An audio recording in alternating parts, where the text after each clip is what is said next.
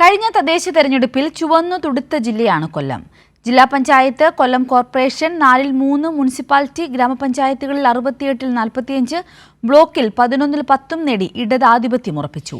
ഇത് തുടരുവാൻ LDFും പിടിച്ചെടുക്കുവാൻ UDFും ശ്രമിക്കും. അതേസമയം BJPക്ക് എല്ലാ സീറ്റിലും സ്ഥാനാർത്ഥികൾ പോലുമില്ല. 26 ജില്ലാ പഞ്ചായത്ത് ഡിവിഷനുകളിൽ 23 എണ്ണവും LDF നേടിയിരുന്നു.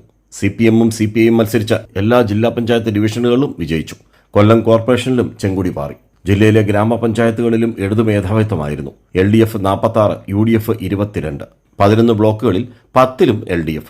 ഈ മിന്നും വിജയം കുറേക്കൂടി ശോഭയോടെ നിലനിർത്തുക എന്ന ലക്ഷ്യമാണ് ഇടതുമുന്നണിക്ക്. അതേസമയം BJP കോൺഗ്രസ് അവിശുദ്ധ സഖ്യമുണ്ടെന്ന് ഇടതുമുന്നണി ആരോപിച്ചു. തെളിവുകളും നിരത്തി. ഇടതുപക്ഷത്തെ പരാജയപ്പെടുത്താൻ വേണ്ടി BJPയും കോൺഗ്രസും തമ്മിൽ ഒരു അവിശുദ്ധ ബന്ധം തെരഞ്ഞെടുപ്പ് കാലത്ത് അവർ സൃഷ്ടിക്കാറുണ്ട്.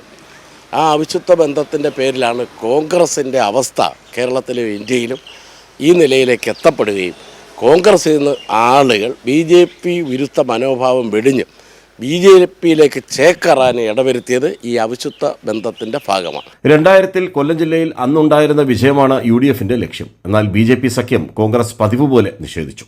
പൂർണ്ണമായി അത് നിഷേധിക്കുന്നു. BJPക്ക് കൊല്ലം ജില്ലയിൽ മറ്റുള്ള പറയാൻ ഞാനാളല്ലോ, ഒരു സ്ഥലത്തൊരു സിംഗിൾ വാർഡിൽ BJP ആയി ധാരണയുണ്ട് എന്ന് തെളിയിച്ചാൽ ഞാൻ മറുപടി പറയാൻ തയ്യാറാണ്. ഒരു കാലത്തും കോൺഗ്രസുമായോ CPIഎമ്മുമായോ BJPക്ക് ഒരു തരത്തിലുള്ള സഖ്യവുമില്ലെന്ന് BJPയും പറയുന്നു.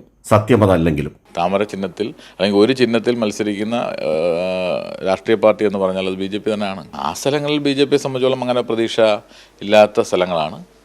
അതൊരിക്കലും ആ ബന്ധത്തിൻ്റെ അടിസ്ഥാനത്തിലല്ല. അങ്ങനൊരു ബന്ധം ഉണ്ടാകില്ല, ഇന്നലെയുമില്ല, ഇനിയും ഉണ്ടാകില്ല.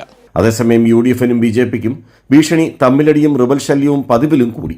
ഇടതുമുന്നണി 2ാം റൗണ്ടിലേക്ക് കടന്ന് പ്രചരണങ്ങളിൽ ജനവിശ്വാസം ആർജിക്കുന്നു. ജില്ലയിൽ 70ഓളം സീറ്റുകളിലാണ് BJPക്ക് സ്ഥാനാർത്ഥികളില്ലാത്തത്. സ്വാഭാവികമായും BJP കോൺഗ്രസിൻ്റെ ഒരു കൂട്ടുകെട്ട് ഉണ്ട് എന്ന് CPM ആരോപിക്കുമ്പോൾ അത് ശരിവെക്കുന്നതാണ് മുൻകാല ചരിത്രം. ക്യാമറമാൻ അയ്യപ്പദേവനൊപ്പം രാജ്കുമാർ.